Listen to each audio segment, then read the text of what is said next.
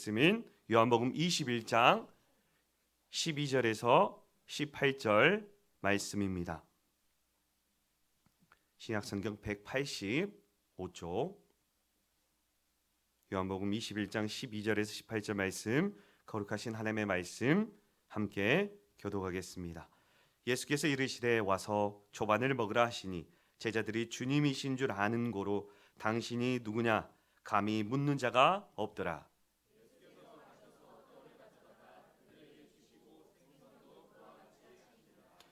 이것은 예수께서 죽은 자 가운데서 살아나신 후에 세 번째로 제자들에게 나타나신 것이라.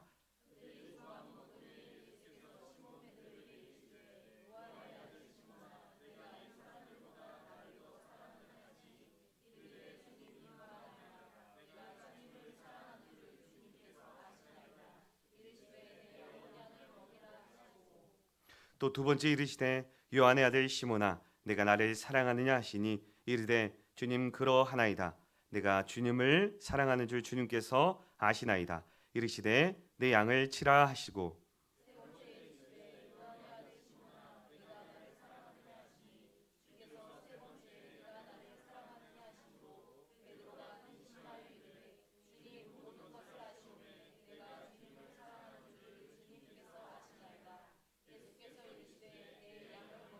함께 읽겠습니다.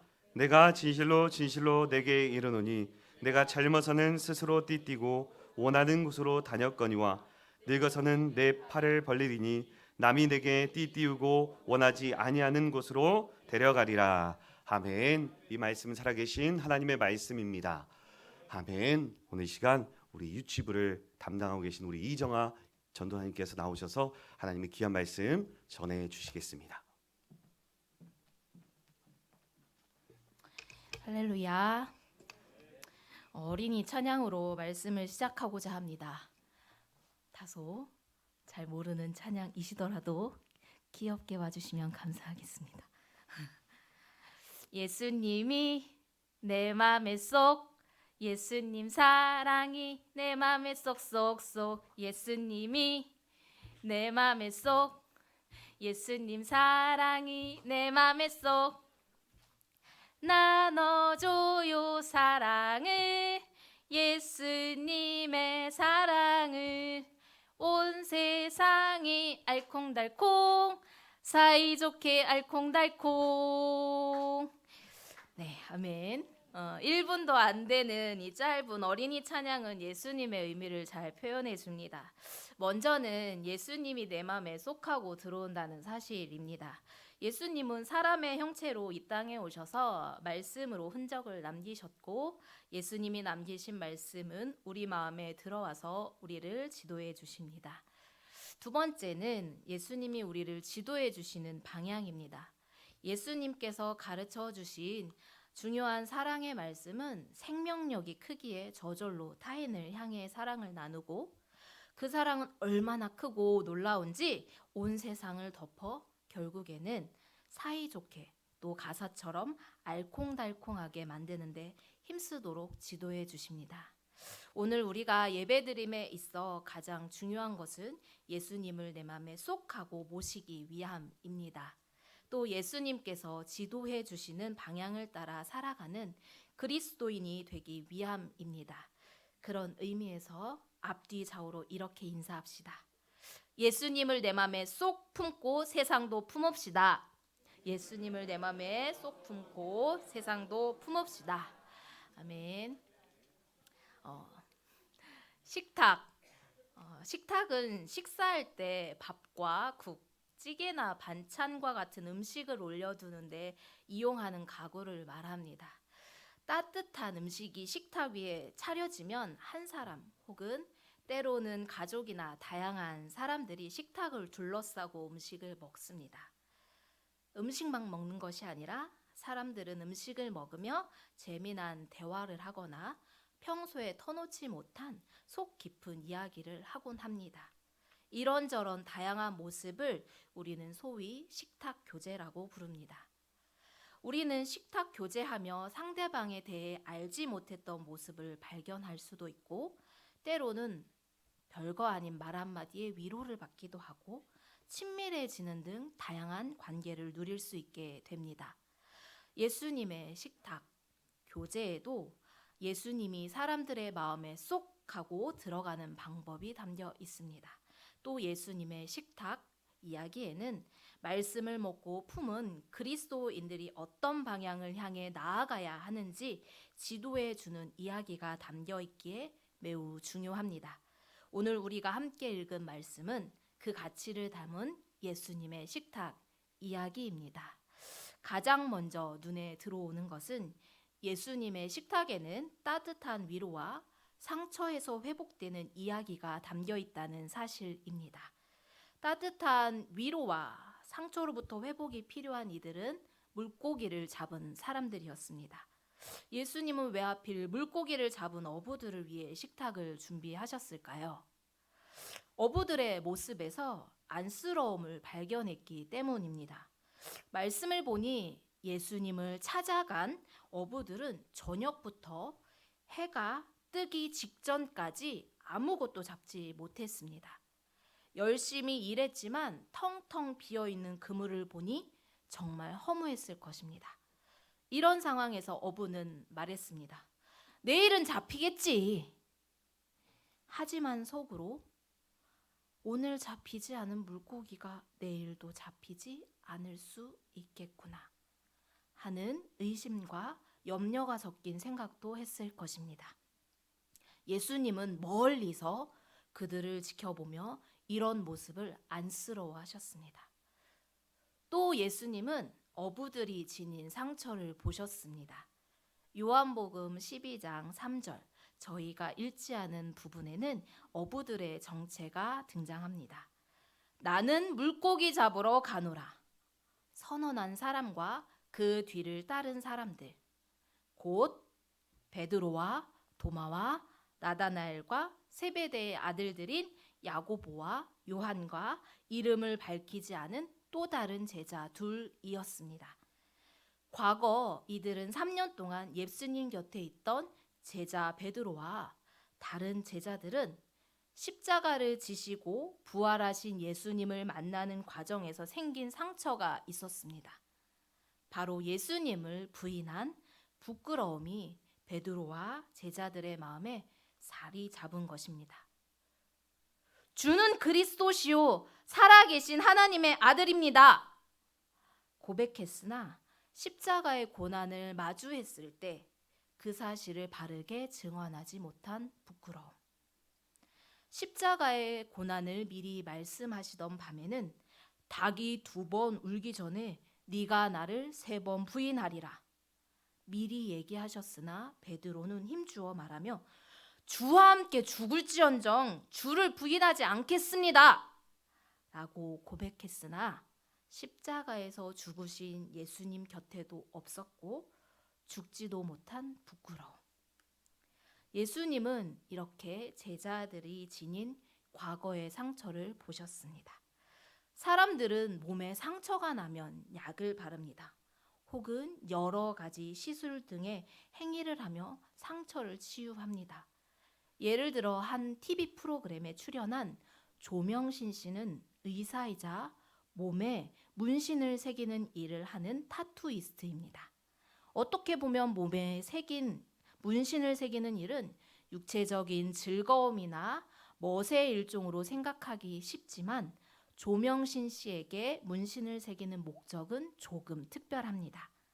왜냐하면 소방관, 경찰관처럼 의미 있고 사람들에게 칭찬받을 만한 일을 하다가 입은 상처나 지워지지 않는 흉터 때문에 병원을 찾는 사람들이 있다는 것을 알았기 때문입니다.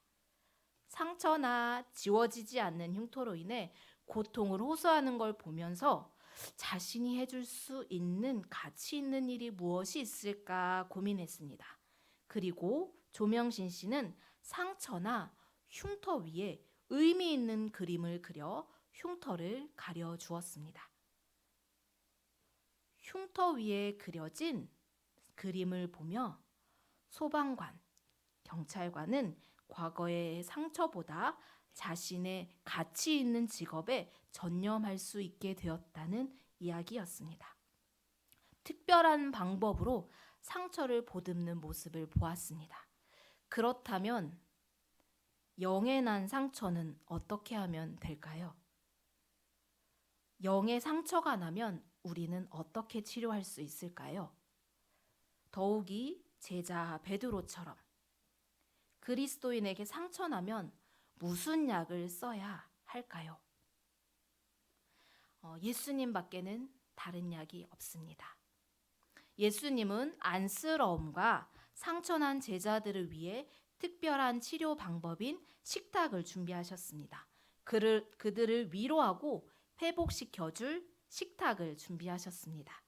식탁에는 피곤한 몸을 녹이기에 충분한 따뜻한 숯불에 어부들이 비로소 날이 새기 전 예수님 말씀에 의해 잡을 수 있었던 큰 물고기 153마리 중 몇 마리를 구운 생선구이와 예수님이 손수 준비하신 떡이었습니다. 예수님이 손수 차린 아침 식탁은 화려하거나 풍성한 가지수의 반찬은 아니어도 따뜻한 위로가 담긴 식탁이었습니다. 예수님은 12절 와서 조반을 먹으라 하시며 따뜻한 위로가 담긴 식탁에 어부들을 초대하셨습니다. 부활하신 예수님을 깨달은 제자들이 부끄러운 상처로 인해 예수님과 온전히 마주하지는 못했습니다. 하지만 예수님은 그 모습을 잠잠히 지켜보며 그들에게 생선과 떡을 떼어주며 먹기를 권하셨습니다. 예수님의 제자들을 향한 사랑이 얼마나 순전한지 예수님은 부끄러움과 안쓰러운 모습을 정죄로 다스리지 않으셨습니다. 새로운 사람이 되라고 말씀하시거나 요구하지 않으셨습니다.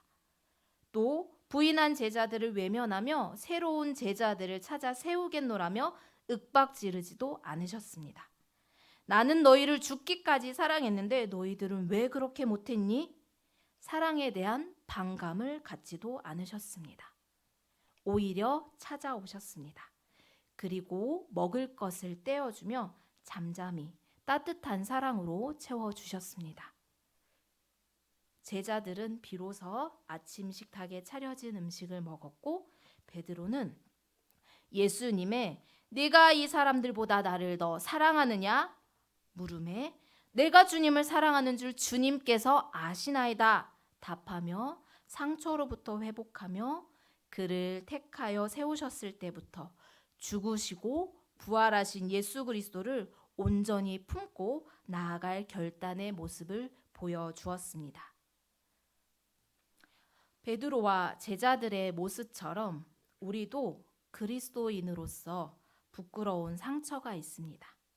부끄러운 상처는 우리를 움츠러들게 하고 예수님과 교회로부터 멀어지고 싶은 충동을 가져오기도 하고 때로는 갈등도 하게 만듭니다. 반대로 예수님과 관계를 맺고 공동체를 위해 의미 있고 가치 있는 일을 했지만 소중한 일을 하다가 만나는 어려운 일 혹은 타인에 의해 입은 상처가 있다면 우리는 그 상처를 메워주고 치료해주고 회복해 주실 예수님의 식탁에 있길 소원합니다. 더불어 그분이 우리를 위해 말씀하신 따뜻한 말씀의 위로의 말씀을 먹고 온전한 사랑을 고백하는 그리스도인으로 회복하길 소원합니다.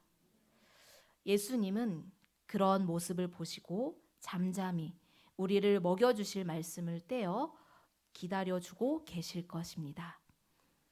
두 번째로 예수님의 식탁에는 타인을 향한 사랑과 나눔이 담겨 있습니다. 조반 먹은 후에 15절의 말씀처럼 예수님은 베드로와 제자들에게 어부가 아닌 다른 삶의 방향을 제시해 주셨습니다. 삶의 방향으로 제시된 것은 목자가 되는 것입니다. 어부가 아닌 목자로서 내 어린 양을 먹이고 내 양을 치고 내 양을 먹일 이들을 위해 베풀어진 식탁으로서 비로소 교제가 시작된 것입니다. 요즘 TV나 유튜브를 많이 보십니까? 소위 먹는 방송이라고 해서 먹방 프로그램이 참 많습니다. 많은 양의 음식과 빠른 속도로 먹는 모습을 보면 흥미거리가 되고 배달 어플을 켜서 배달하고 싶은 충동이 느껴질 정도로 맛있는 모습을 보게 됩니다. 어떤 사람은 그 방송을 통해 돈을 벌기도 합니다. 사람들은 식탁에 둘러앉은 사람보다 식탁 위에 음식에 더 많은 관심을 두고 있는 시대가 되었습니다. 그래서 한편으로는 조금 씁쓸하기도 합니다.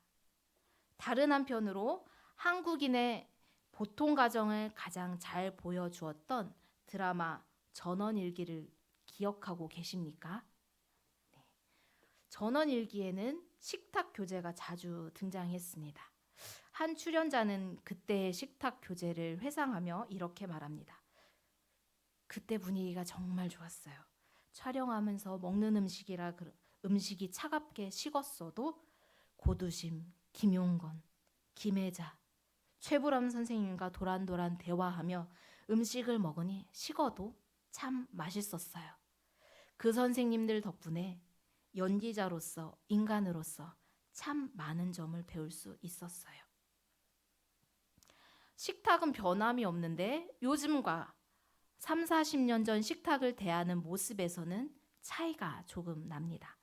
차이는 있겠지만 적어도 말씀을 먹은 우리는 식탁 위의 음식보다 식탁을 둘러싼 이들을 어떠한 방식으로 품고 대해야 하는지는 생각해 보아야 할 것입니다.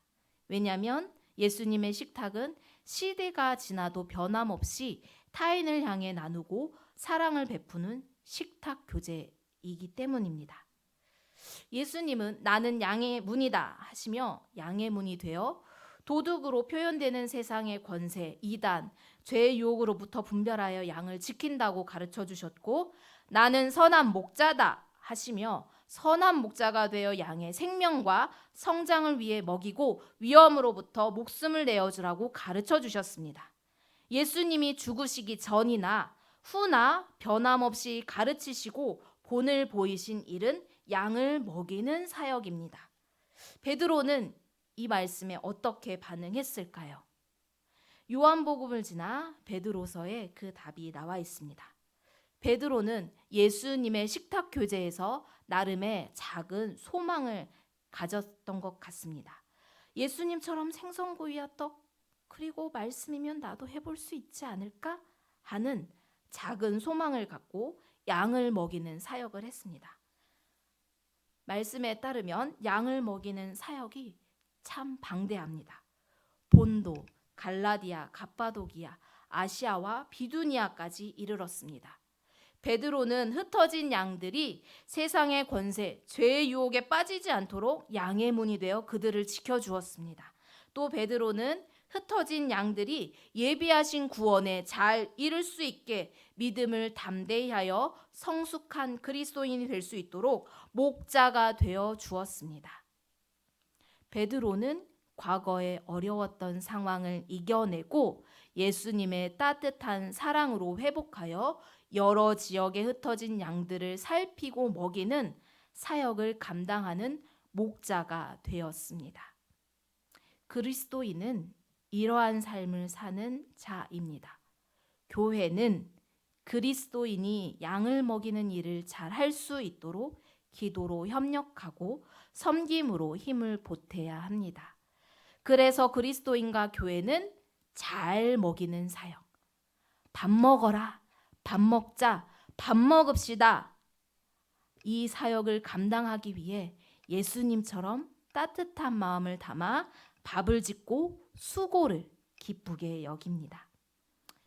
우리 교회와 많은 교회는 사랑의 도시락 혹은 사랑의 반찬으로 먹이는 일을 합니다.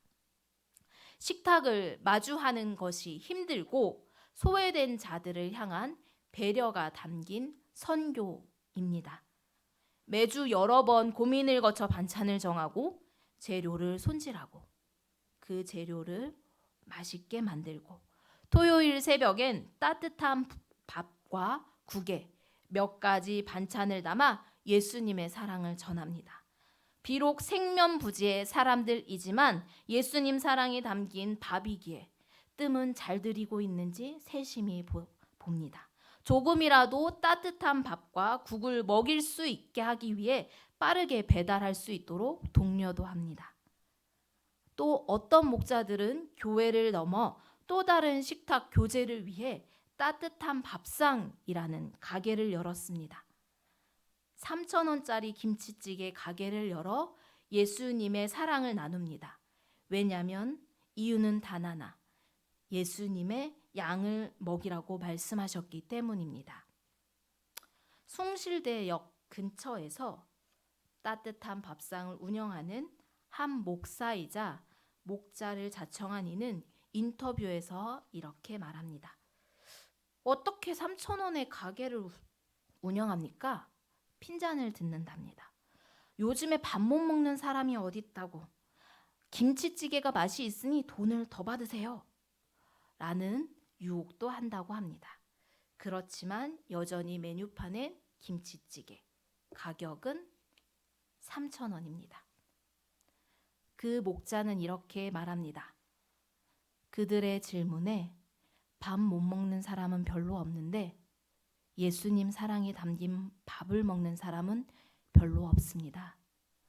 삭막한 도시 안에서 별것 아닌 김치찌개를 먹고 하루의 삶을 버틸 힘을 나눈다면 저는 목자로서 제 할 일을 하는 것 아니겠습니까? 반문하며 인터뷰를 마쳤습니다. 예수님은 하늘의 영광을 버리고 이 땅에 내려오셨을 때부터 자신을 위한 사랑이 아니라 타인을 향한 사랑을 품고 오셨습니다. 십자가의 고통스러운 시간을 맛보면서도 원망이나 불평도 단 한 번도 없으셨고 오히려 그들에게 찾아가 따뜻한 밥상을 내어놓으셨습니다. 그런 사랑을 먹은 사람들이라면 오늘 서두에 불렀던 어린이 찬양처럼 온 세상을 알콩달콩하게 만들 수 있지 않을까요? 나무들이 비를 맞아서 그런지 초록이 무척 선명하고 아름답게 보이는 계절 봄입니다. 더불어 이렇게 멋진 봄날을 만끽하기 위해 저마다 친한 사람, 가족과 식사 약속을 많이 잡는 계절이기도 합니다. 말씀에 잇대어 작은 권면을 해본다면 그리스도인으로서 살아가는 우리가 하루에 한 번 마주하는 식탁에 친한 사람, 가족, 잠시 뒤로 하고 우리 주변에 또는 우리 교회에 새로 등록한 성도나 조금 어렵고 조금 소외되고 조금 힘들어하고 또 어려운 마음에 처한 사람들을 식탁에 초대해 보면 어떨까요? 아니면 토요일에 이루어지는 사랑의 도시락에 발걸음해 보는 건 어떨까요? 말씀에 순종할 때 그 옛날 호숫가에서 예수님의 식탁에서 베드로와 제자들이 경험했던 회복과 나아가 타인을 향한 나눔이 우리 가운데도 임할 것입니다. 그것을 믿고 하나님 앞에 한 걸음 나아가 기도로 결단하길 소원합니다. 이 시간 저희가 찬양하며 기도하길 원합니다. 우리가 부를 찬양은 달고 오묘한 그 말씀입니다. 달고 오묘한 그 말씀은 모든 사람을 살리는 생명의 말씀입니다. 그래서 값도 없고 우리의 길과 믿음을 밝히 보여줄 수 있는 귀한 말씀입니다. 이 말씀을 이 가사를 통해 우리가 다시 한번 먹고 고백하며 하나님 앞에 우리의 믿음을 올려드리길 소원합니다.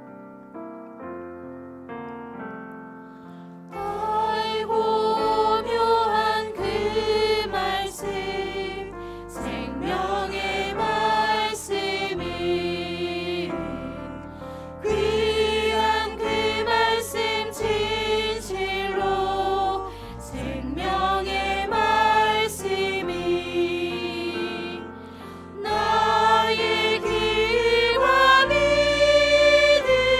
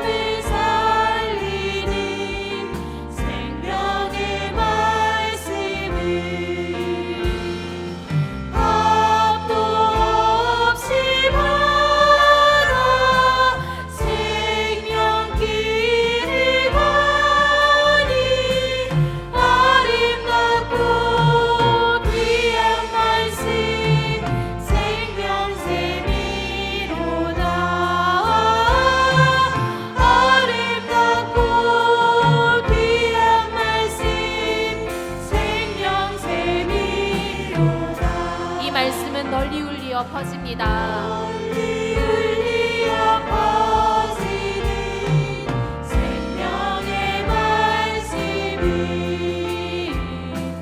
마음의 용서와 평안이 공포를 주나니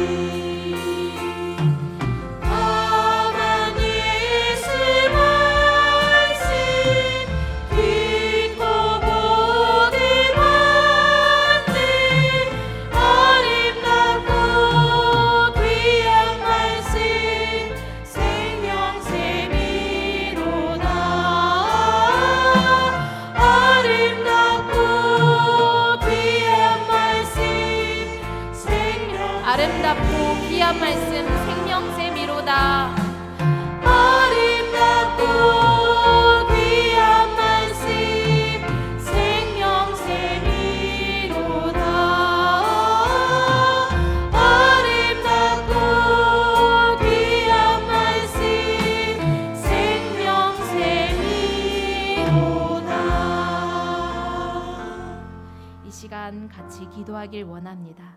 첫 번째로 위로와 회복이 담긴 말씀을 먹여주셔서 우리의 믿음은 겸손하고 하나님을 향하여는 더욱 신실해지게 하옵소서 기도합시다. 두 번째는 온 교회 선교의 지경이 넓어져 예수님 사랑으로 풍성해지고 죄의 허물과 갈등이 있는 곳에 용서와 평화가 깃들게 하소서.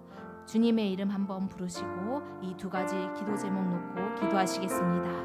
주님, 저희에게 귀하고 복된 말씀을 허락하여 주셔서 감사합니다. 이 시간 예수 그리스도께서 피곤하고 이제 부끄러움 많고 안쓰러운 모습을 한 제자들을 찾아가서 그들을 멀리서 보시고 안쓰러워하시고 그들의 상처를 보듬어 주실 만한 귀한 말씀으로 또한 그들에게 먹여주실 생명의 양식으로 그들에게 베풀어 주셨습니다.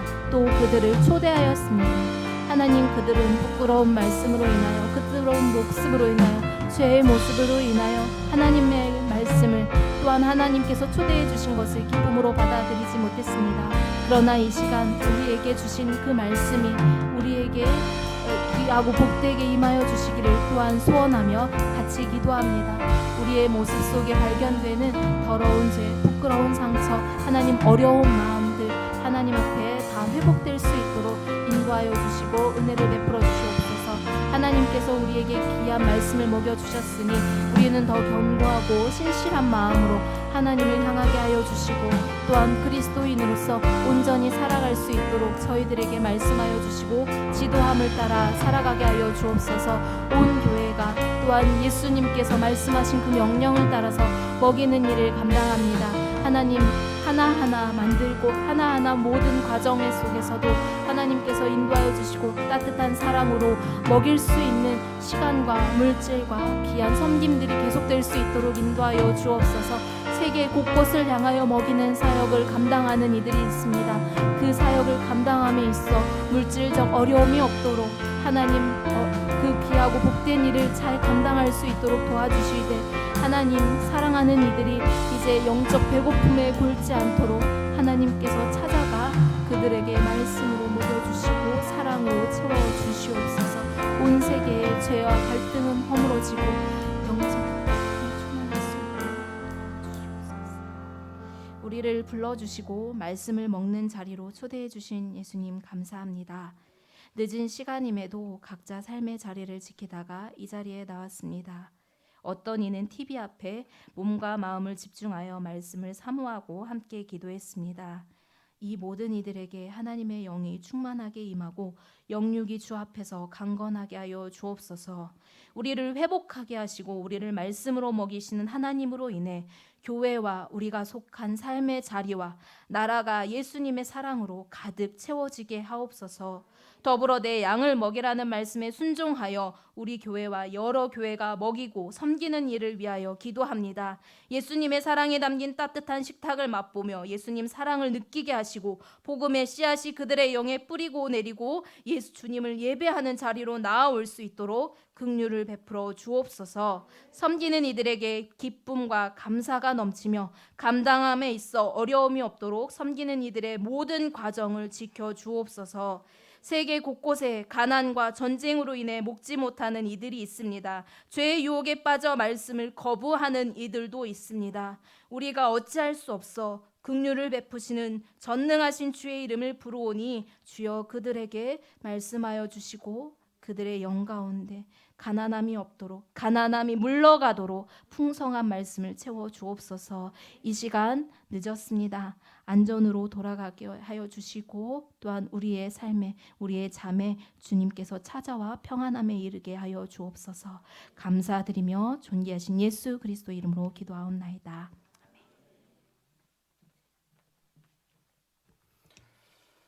지금은 우리 주 예수 그리스도의 은혜와 하나님 아버지의 극진하신 사랑하심과 성령님의 감동감화 교통하심이 오늘 우리에게 주신 이 말씀처럼 우리 모두가 예수님의 식탁으로 나아가고 위로와 상처가 필요한 자들에게 예수님의 식탁이 되어지기를 간절히 소망하는 여기 수요기도의 자리에 나온 우리 성도들과 또 우리 오산교회 온 성도들 머리머리 위에 이들의 가정과 관계와 직장과 사업과 이 나라 민족 위에 영원히 함께 하시기를 간절히 축원하옵나이다. 아멘.